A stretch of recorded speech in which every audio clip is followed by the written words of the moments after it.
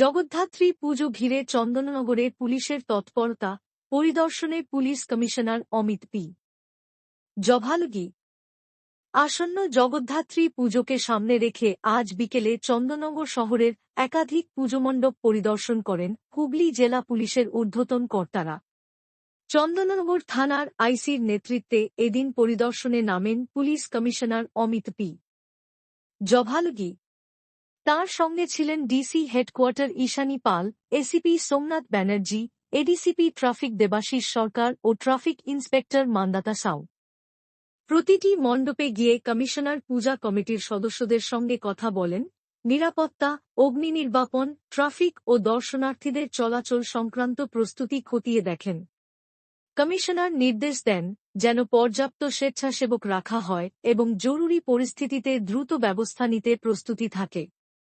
Traffic বিভাগের পক্ষ থেকে জানানো হয়েছে, পূজার ভিড় সামাল দিতে বিশেষ ট্রাফিক পরিকল্পনা ও অতিরিক্ত পুলিশ মোতায়েন করা হবে।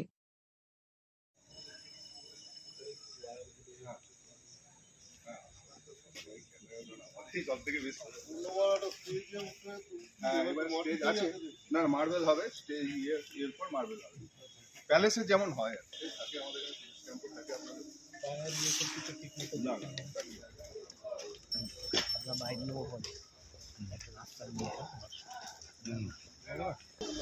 ভালো আর ওইটা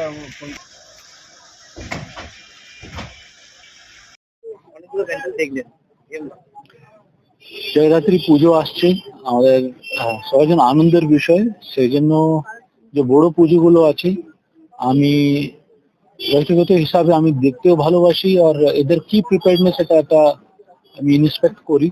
যেমন এন্ট্রি এক্সিট আলাদা, মানুষের কোনো অসুবিধা না হয়, ওদের কি সমস্যা আছে, প্রশাসন থেকে ওরা কি চায়, এসব কিছু আলোচনা করা হয়।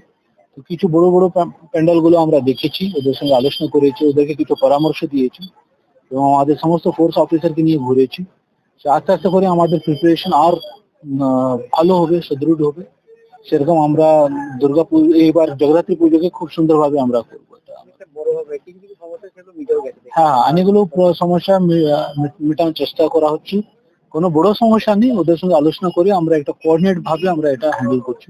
খুব সুন্দরভাবে হচ্ছে, আশা করি সবকিছু ভালো হয়ে যাবে।